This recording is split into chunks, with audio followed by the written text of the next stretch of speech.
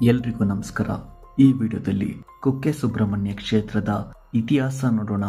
ದಕ್ಷಿಣ ಕನ್ನಡ ಜಿಲ್ಲೆಯ ಹಿಂದಿನ ಸುಳ್ಯ ತಾಲೂಕಿನ ಇವಾಗಿನ ಕಡಬ ತಾಲೂಕಿನ ಪಶ್ಚಿಮ ಘಟ್ಟಗಳ ನಡುವೆ ಕುಮಾರಧಾರ ನದಿಯ ಹತ್ತಿರ ಇರುವ ಈ ಕ್ಷೇತ್ರವು ಭಾರತದ ಅತ್ಯಂತ ಪವಿತ್ರ ನಾಗಾರಾಧನಾ ಕೇಂದ್ರಗಳಲ್ಲಿ ಒಂದಾಗಿದೆ. ಪುರಾಣಗಳ ಪ್ರಕಾರ ಈ ಕ್ಷೇತ್ರಕ್ಕೆ ಸಾವಿರಾರು ವರ್ಷಗಳ ಇತಿಹಾಸವಿದೆ. ಶಿವಕುಮಾರನಾದ ಸುಬ್ರಹ್ಮಣ್ಯ ಸ್ವಾಮಿಯು ತಾರಕಾಸುರ ಮತ್ತು ಶೂರ ಪದ್ಮಾಸುರ ಎಂಬ ರಾಕ್ಷಸರನ್ನು ಸಂಹರಿಸಿದ ನಂತರ ತನ್ನ ಸೋದರ ಗಣೇಶನೊಂದಿಗೆ ಈ ಕುಮಾರ ಪರ್ವತಕ್ಕೆ ಬಂದಿದ್ದರು. ರಾಕ್ಷಸರ ಸಂಹಾರದಿಂದ ಸಂತೋಷಗೊಂಡ ದೇವಲೋಕದ ಅಧಿಪತಿ ಇಂದ್ರನು ತನ್ನ ಮಗಳಾದ ದೇವಸೇನೆಯನ್ನು ಸುಬ್ರಹ್ಮಣ್ಯ ಸ್ವಾಮಿಗೆ ವಿವಾಹ ಮಾಡಿಕೊಟ್ಟನು. ಈ ವಿವಾಹ ಮಹೋತ್ಸವ ನಡೆದಿದ್ದು ಕುಕ್ಕೆ ಕ್ಷೇತ್ರದಲ್ಲಿ. ಈ ಸಂದರ್ಭದಲ್ಲಿ ವಿವಿಧ ಪವಿತ್ರ ನದಿಗಳ ಜಲದಿಂದ ಸ್ವಾಮಿಗೆ ಅಭಿಷೇಕ ಮಾಡಲಾಯಿತು. ಅದೇ ಮುಂದೆ ಕುಮಾರಧಾರ ನದಿಯಾಗಿ ಹರಿಯಿತು ಎಂಬ ನಂಬಿಕೆ ಇದೆ. ಗರುಡನ ಭಯದಿಂದ ತಪ್ಪಿಸಿಕೊಳ್ಳಲು ಸರ್ಪರಾಜ ವಾಸುಕಿಯು ಇಲ್ಲಿನ ಬಿಲದ್ವಾರ ಗುಹೆಯಲ್ಲಿ ತಪಸ್ಸು ಮಾಡುತ್ತಿದ್ದನು.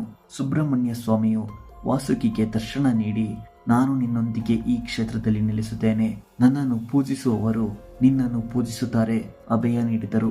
ಹಾಗಾಗಿ ಇಲ್ಲಿ ಸುಬ್ರಹ್ಮಣ್ಯ ಸ್ವಾಮಿಯು ಸರ್ಪರೂಪದಲ್ಲಿ ನೆಲೆಸಿದ್ದಾರೆ. ಕುಕ್ಕೆ ಎಂದರೆ ಕನ್ನಡದಲ್ಲಿ ಬುಟ್ಟಿ ಎಂದರ್ಥ.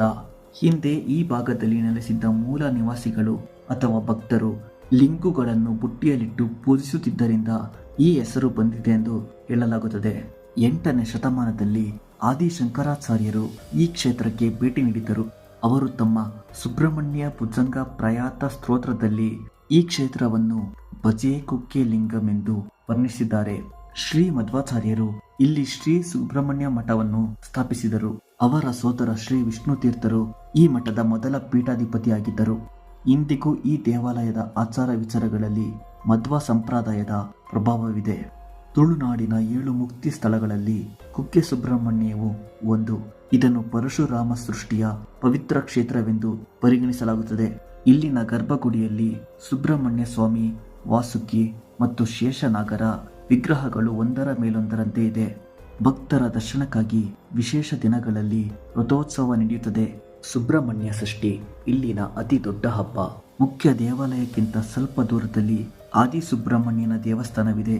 ಅಲ್ಲಿ ಹುತ್ತದ ಮಣ್ಣನ್ನು ಪ್ರಸಾದವಾಗಿ ನೀಡಲಾಗುತ್ತದೆ. ಕುಮಾರ ಪರ್ವತ ಟ್ರೆಕ್ಕಿಂಗ್ ಇಷ್ಟಪಡೋರಿಗೆ ಈ ಪರ್ವತವು ಸ್ವರ್ಗದಂತಿದೆ. ಇದು ಸುಬ್ರಹ್ಮಣ್ಯ ಸ್ವಾಮಿ ತಪಸ್ಸು ಮಾಡಿದ ಪವಿತ್ರ ತಾಣವೂ ಹೌದು. ಇಂದು ಕುಕ್ಕೆ ಸುಬ್ರಹ್ಮಣ್ಯವು ಕರ್ನಾಟಕದ ಅತಿ ಹೆಚ್ಚು ಆದಾಯ ತರುವ ದೇವಾಲಯಗಳಲ್ಲಿ ಒಂದಾಗಿದೆ. ನೋಡಿದ್ರಲ್ಲ ವೀಕ್ಷಕರೇ, ಇದೇ ತರದ ಇಂಟ್ರೆಸ್ಟಿಂಗ್ ಫ್ಯಾಕ್ಟ್ಸ್ಗೆ ಈ ಚಾನಲ್ ಸಬ್ಸ್ಕ್ರೈಬ್ ಮಾಡಿ. ನಮಸ್ಕಾರ.